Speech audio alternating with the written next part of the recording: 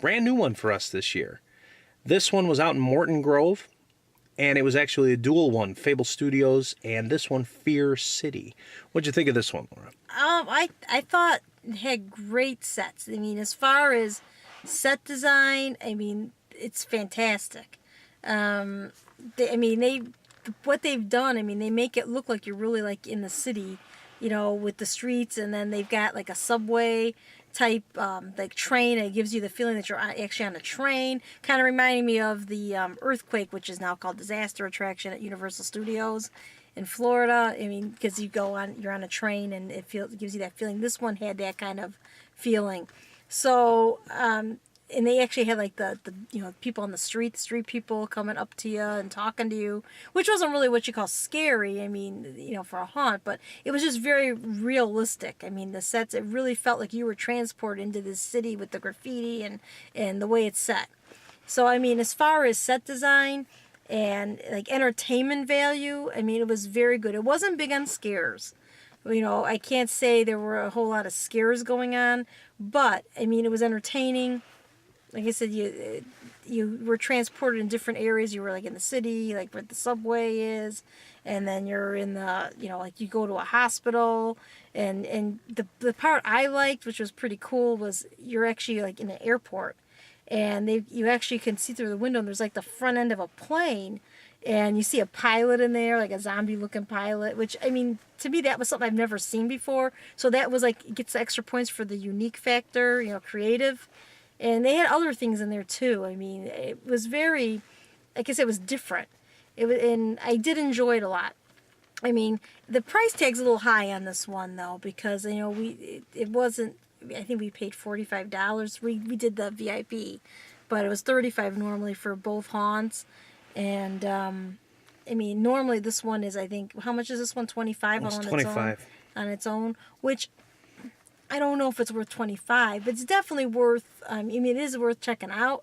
And like I said, for creativity, it's got that, and great sets. Not big on scares, but good. It's a great haunt to look at. So I give that one probably like 4.5, 4.5 out of 5. Yeah, I enjoyed it. I don't know if I'd want to pay that much again to go see it again, but I mean, I did like it, though. I did enjoy it. I'm glad I went. So I would recommend it if you haven't seen it. I think Fear City bills itself as one of those haunts that immerses you. It's an immersive experience, and I do have to agree that there is definitely that aspect. The waiting area is like you're waiting to go on in the subway, if you will. It looks like a city, and there are a lot of people dressed in CTA uniforms and different kind of uniforms, but they're crazy people. They're not normal people. And all the actors are very well done. You enter through a mission, and it's a church service, which reminds me, it's very reminiscent of the city of Chicago, which is obviously modeled on a mission in the city. And it's clever, sort of a revival service, takes you into the city if you will, past a lot of homeless people, car fires, I shouldn't say car fires, car accident, things like that. And then you get to the actual subway station. Now, this is highly detailed. It actually looks like you're going on the CTA Red Line. I have to say, having been on the Red Line, it actually does look like a Red Line stop.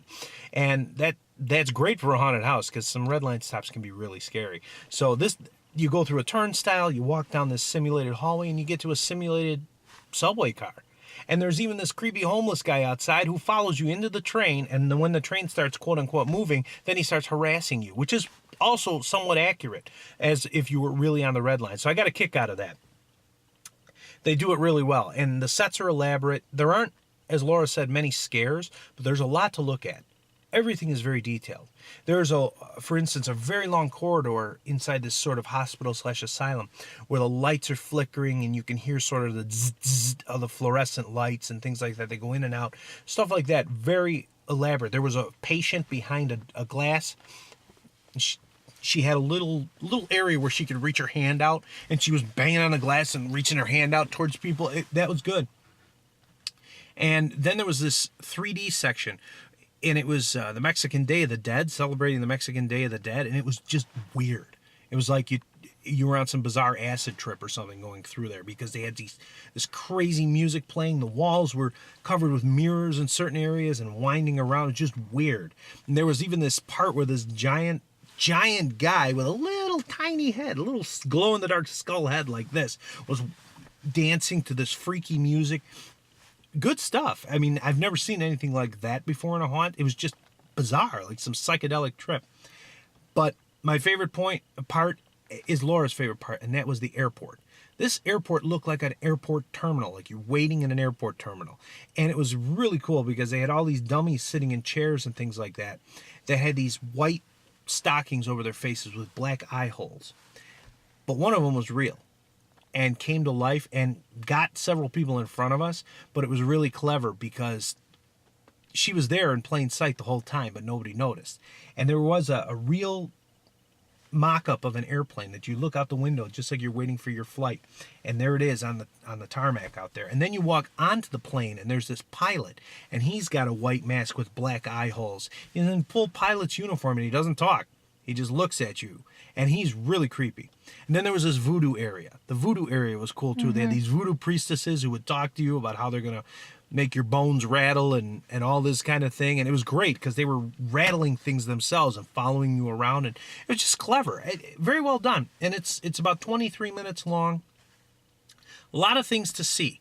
And I think if you only went to a couple haunts this in a particular season, you'd really like this. I'm not going to give it a 5 for the same reason that Laura didn't. It's a little bit pricey, I think. Just a little bit. Not excessively, but if they came down, let's say $18, something like that. No, that'd definitely be a 5. Yeah, I would definitely give it. It's really that. That's really the only thing that I would say there. 25 is a bit pricey, and 45, well, yeah, you get 2 haunts, but it's still a little bit pricey. So 4 out of 5 for me.